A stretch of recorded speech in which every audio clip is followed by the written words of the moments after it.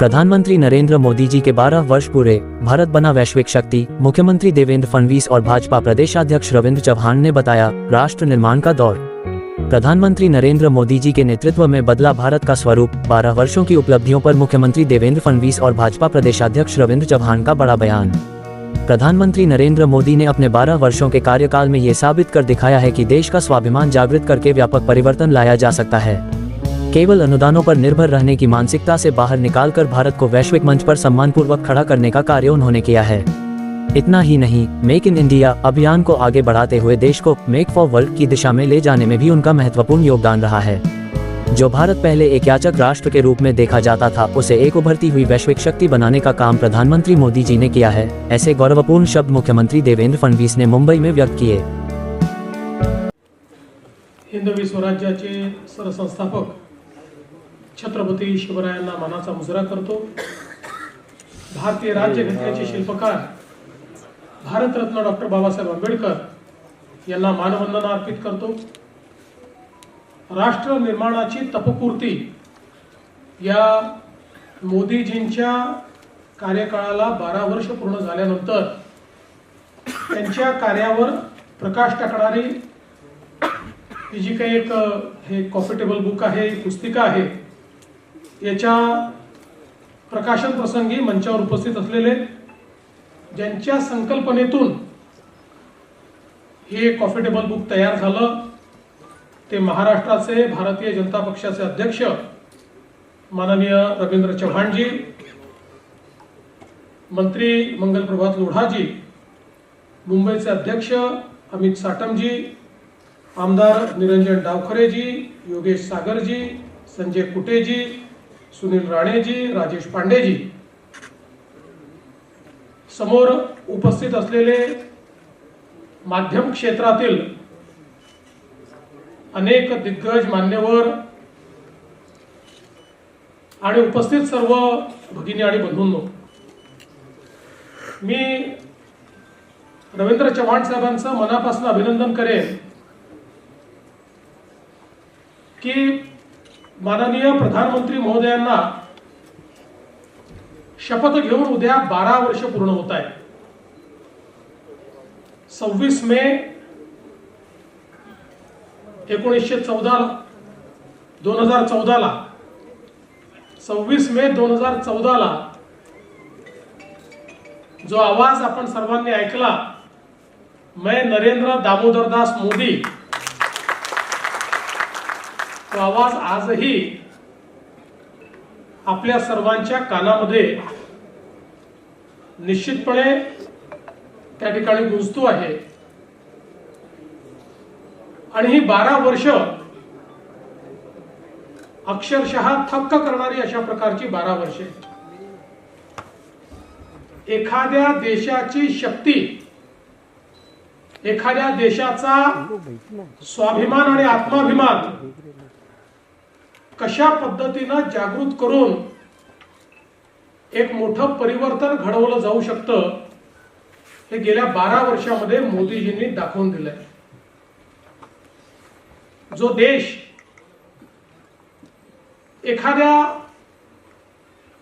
याचकाच्या भूमिकेमध्ये, कधी एखाद्या बिचाऱ्या भूमिकेमध्ये आपल्याला पाहायला मिळाला, आज तो देश आत्मनिर्भर भारत अशा पद्धतीनं जगाच्या पाठीवर स्वाभिमानाने उभा असलेला गेल्या 12 वर्षाच्या या कार्यकाळात आपल्याला पाहायला मिळतोय।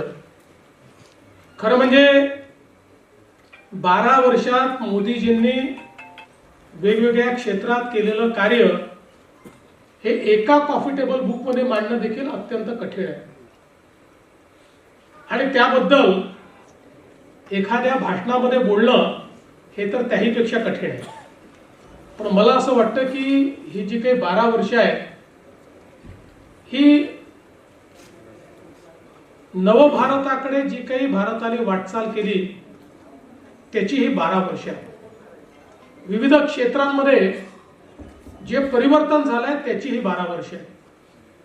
आणि या परिवर्तनामध्ये सगळ्यात महत्त्वाची वाटचाल जर आपण काही केली असेल तर या देशामध्ये मोदीजींच्या नेतृत्वात सामाजिक क्षेत्रामध्ये जे विविध कार्यक्रम झाले, मग त्यामध्ये गरीबाला घर देणं असो, गरीबाला शौचालय देणं असो, गरीबाला गॅस देणं असो, गरीब लक्षित गरीब केंद्रित अशा प्रकारचा जो अजेंडा या ठिकाणी मोदीजींनी चालवला, त्या अजेंड्याला प्रतिसाद किंवा त्याचा परिणाम हा आपल्याला युनायटेड नेशन्सनी ज्यावेळी अहवाल प्रकाशित केला आणि या गोष्टीला मान्यता दिली की 10 वर्षामध्ये भारताने 25 कोटी लोकांना गरिबीपासून बाहेर काढलेलं आहे, हे ज्यावेळी जगाने मान्य केलं, मला असं वाटतं की त्यापेक्षा मोठा एक प्रकारे परिणाम दुसरा कुठलाच असू शकत नाही. 25 कोटी लोक जे गरिबी आणि एक्स्ट्रीम पॉवर्टी मध्ये होते, तीव्र गरिबीत होते, ते गरिबी रेषेच्या वर आले. हे 10 वर्षात करणं जगातल्या कुठल्याही देशाला संभव झालं नाही. ते मोदीजींच्या गरीब कल्याणाच्या अजेंड्याने करून दाखवलं. विविध क्षेत्रांमध्ये ज्या प्रकारे मोदीजींनी या देशाचा पायवा रचला,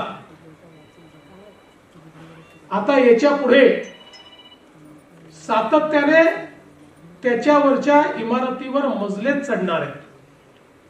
आपण पुढेच जाणार, कारण इतका भक्कम पाया मोदीजींनी रचलेला आहे की आता पाठीमागे जाण्याचं काहीच कारण नाही.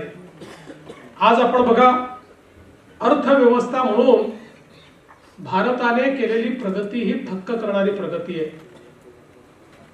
आपल्या भारताचा जीडीपी जो 2013-14 साली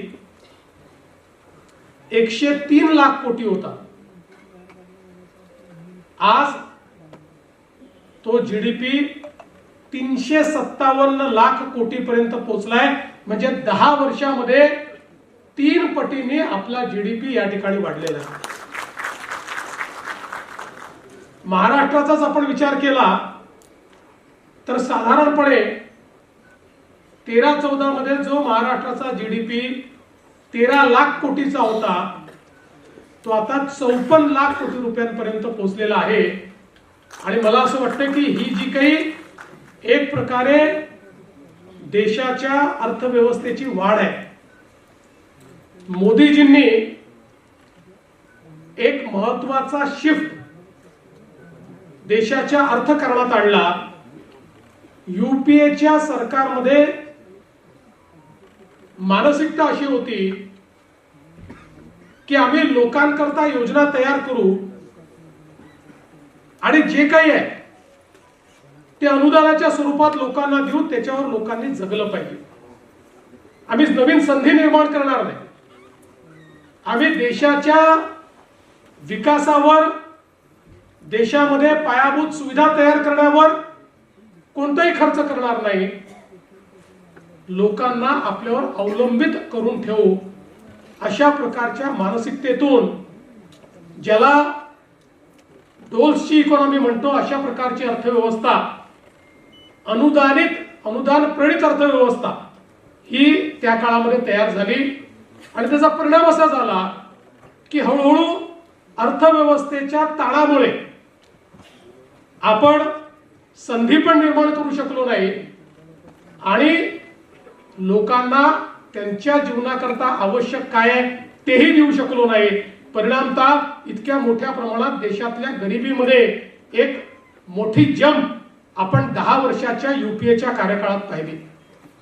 मोदीजींनी सांगितलं की आपल्याला अर्थव्यवस्था अशी करावी लागेल की ज्या अर्थव्यवस्थेमध्ये गुंतवणुकीच्या माध्यमातून संधी तयार होईल, त्या संधीच्या माध्यमातून देशाची अर्थव्यवस्था विस्तारित होऊन देशाच्या तिजोरीमध्ये पैसा येईल आणि आलेल्या पैशाचा उपयोग करताना गरीब कल्याणाचा अजेंडा चालवून देशातली गरिबी दूर करून गरिबालाही आपल्या पायावर उभं करण्याचं काम हे देशातलं सरकार करेल. अशा प्रकारचे एक आर्थिक नवीन विचार, जो अंत्योदयाचा विचार आहे, जो दीनदयालजींचा विचार आहे, हा विचार या ठिकाणी मांडण्याचं काम, आणि केवळ मांडण्याचं नाही तर ते प्रत्यक्षात आणण्याचं काम हे मोदीजींनी या ठिकाणी करून दाखवलं. सर्वांनी दोन्ही हात उंच करून आपण सर्वांनी घोषणा द्यायच्या आहेत. बोला भारत माता की जय, भारत माता की जय, वंदे मातरम, वंदे मातरम. खरं तर देशाचे पंतप्रधान नरेंद्र मोदीजी यांच्या नेतृत्वामध्ये त्यांनी राष्ट्र परमवैभवाच्या दिशेने घेऊन जात असताना भारत माता की जय हा जो ही जी घोषणा आहे की हा मंत्र आहे, हा मंत्र जेव्हा जेव्हा कोणीतरी एखादं छोटं बाळ की जे नुकतं जन्माला आलंय, जे आई आणि बाबा असं म्हणायला सुरुवात करत आहे, त्याच्या कानावरती सुद्धा जेव्हा भारत माता की असा जेव्हा शब्द येईल तेव्हा त्यांनी सुद्धा दोन्ही हात उंच करून जय म्हटलं पाहिजे. ही भावना आदरणीय पंतप्रधान नरेंद्र मोदीजी यांनी या पूर्णच्या पूर्ण 12 वर्षामध्ये तयार करण्याचं काम केलं. प्रत्येक क्षेत्र आणि या प्रत्येक क्षेत्रामध्ये काम करत असताना देशाला एक वेगळी दिशा कशी देता येईल, जगाच्या समोर भारत देशाला एक विश्वामधला असणारा सर्वश्रेष्ठ देश म्हणून नावारूपाला कसा येईल या दृष्टिकोनातून जे जे करता येऊ शकतं ते करण्याचा प्रयत्न हा आदरणीय पंतप्रधानांनी केला. विशेष म्हणजे काय तर एक मानसिकता बदलण्याचं काम सुद्धा हे आदरणीय पंतप्रधान नरेंद्र मोदीजींनी केलं. प्रत्येक व्यक्तीला असं वाटत होतं की येणारा काळ हा आपण आणि आपल्या देशातील असणारा प्रत्येक जण हा कशा पद्धतीने विचार करतोय आणि एक संपूर्ण देशभरामध्ये भ्रष्टाचाराच्या विरोधात एक जन आंदोलन उभं केलं. आणि त्या जन आंदोलन फक्त उभं केलं नाही तर ज्या वेळेला मी पंतप्रधान म्हणून शपथ घेईन, पंतप्रधान म्हणून मी माझी कारकीर्द सुरू करेन, तेव्हा एक स्वतःच्या मनामध्ये त्यांनी विचार केला आणि त्यांनी बोलून दाखवलं, मैं न खाऊंगा और किसी को खाने नहीं दूंगा. पारदर्शकपणे कारभार हा यानंतरच्या काळामध्ये देशामध्ये होईल याची त्यांनी पूर्ण दखल घेतली. आणि पार्लमेंट टू पंचायत या सगळ्या व्यवस्था बदलता कशा येतील आणि म्हणून डिजिटल इंडियाच्या माध्यमातून हा सर्व विषय हा त्यांनी हाताळायला सुरुवात केली. कळत नकळत तुम्ही आम्ही सर्वजण पाहतोय की गेली वर्षानुवर्ष 12 वर्षामध्ये या सर्व गोष्टींमुळे आपण पाहिलं असेल कोट्यावधी रुपयांचं असणारं जे आपल्याला जो फायदा होतोय किंवा आपल्याला सर्वांना शेवटच्या व्यक्तीपर्यंत सरकार आणि सरकारच्या योजना गेल्यामुळे मोठ्या प्रमाणामध्ये हा शेवटच्या व्यक्तीला फायदा होतोय. एवढ्यावरच नाही परंतु सर्व माणसांना जनजागृतीच्या रूपाने मग ते तुम्ही आम्ही सर्वजण आपल्या घरामध्ये पाहतो स्वच्छ भारत मिशन असेल, तुम्ही आम्ही सर्वांच्या असणाऱ्या एवढ्या वर्षाच्या असणाऱ्या सवयी, परंतु आता घरातील असणारं लहान लहान मूल सुद्धा आपण पाहतो तो आम्हाला सांगायला लागलाय की तुम्ही इथे कचरा टाकू नका. ही मानसिकता जी बदलली आहे ही बदललेली मानसिकता आदरणीय देशाचे पंतप्रधान नरेंद्र मोदीजी यांच्या स्वतःच्या असणाऱ्या वागणुकीमुळे आचरणामुळे हा जो बदल आहे तो बदल मोठ्या प्रमाणात झाला. पूर्वी तुम्ही आम्ही सर्वांनी पाहिलं असेल की अनेकांनी अनेक गोष्टींची सातत्याने प्रत्येक जाहीरनाम्यामध्ये वेगवेगळ्या पद्धतीने प्रत्येकाने आमिषी दाखवण्याचा प्रयत्न केला, परंतु देशाचे पंतप्रधानांनी एक वेगळ्या पद्धतीने लोकांना आव्हान केलं की येणाऱ्या काळामध्ये जर तुमची परिस्थिती जर चांगली असेल तर तुम्हाला मिळणारा लाभ जो आहे तो लाभ सोडून द्या. आणि आपण पाहिलं असेल की LPG सारख्या अशा असणाऱ्या जेवढे असणारे लाभार्थी त्यामध्ये होते, गॅस मध्ये असणारे लाभार्थी जीवित कपच्या माध्यमातून लोकांनी नाही, करोडो लोकांनी स्वतःचे असणारे मिळणारा लाभ जो आहे तो लाभ सोडण्याचं काम केलं. ही जी मानसिकता बदलण्याचं काम, देशाला एक दिशा देण्याचं काम हे सातत्याने देवेंद्र फडणवीसजी असतील किंवा आदरणीय पंतप्रधान नरेंद्र मोदीजी यांच्या नेतृत्वात सरकार हे सातत्याने करतात, वेगवेगळ्या पद्धतीने काम केलं. आणि हे काम जर आपल्याला सामान्य लोकांपर्यंत पोहोचवलं पाहिजे, राष्ट्र निर्माणाची असणारी ही प्रक्रिया की जी सातत्याने सुरू आहे ही लोकांपर्यंत पोहोचवणं अत्यंत गरजेचं आहे. हे फार गरजेचं काम करणं गरजेचं आहे.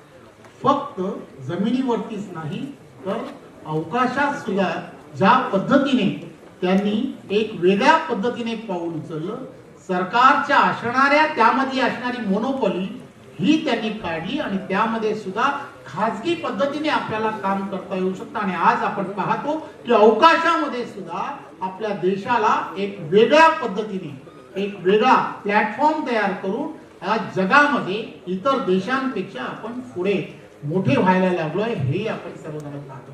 त्यामुळे देशाच्या पंतप्रधानांनी या 12 वर्षामध्ये वेगवेगळ्या पद्धतीने देशाला परमवैभवाच्या दिशेने घेऊन जाण्याचं काम केलंय, याची आपणा सर्वांना कल्पना आहे. परंतु हा सर्व एखादी गोष्ट मग त्यामध्ये महाराष्ट्र प्रदेश भारतीय जनता पार्टीच्या आम्ही सर्वांनी या सर्व गोष्टींमध्ये असा विचार केला की आपण यामध्ये असणारे फक्त 12 विषय की 12 विषय घेऊन आपल्याला एक चांगलं असं संग्रही असं कॉपी टेबल बुक तयार करता येऊ शकतं का.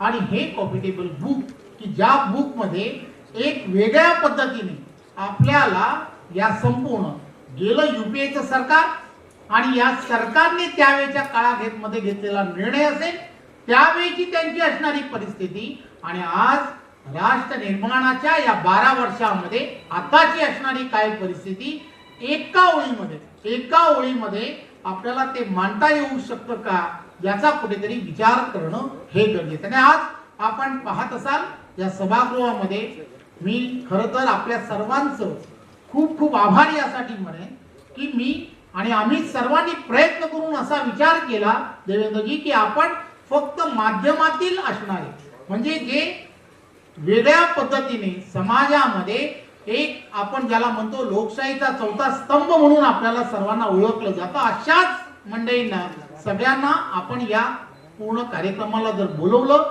आणि यांना आपण ही जी आज जे कॉपी टेबल बुक जे आहे ते बुक ज्याचा आज आपल्या हस्ते प्रकाशन होणार आहे, या प्रकाशनाची एक प्रत देऊन त्याचा प्रचार आणि प्रसार आपण सर्वांच्या माध्यमातून जर करता आला तर नक्कीच जे तुम्हाला आम्हाला आणि देशातील 140 कोटी जनतेला येणाऱ्या काळात आणि पुढच्या भविष्यातील असणाऱ्या तरुणांना जे अपेक्षित आहे ते तुम्ही आणि आम्ही सर्वजण साध्य करू शकतो. आपण सर्वजण या कार्यक्रमाच्या निमित्ताने आपला अमूल्य वेळ की जो आपण सर्वांनी या कार्यक्रमाला दिला त्याबद्दल मी आपणा सर्वांचं मनपूर्वक धन्यवाद देतो. जय हिंद, जय महाराष्ट्र.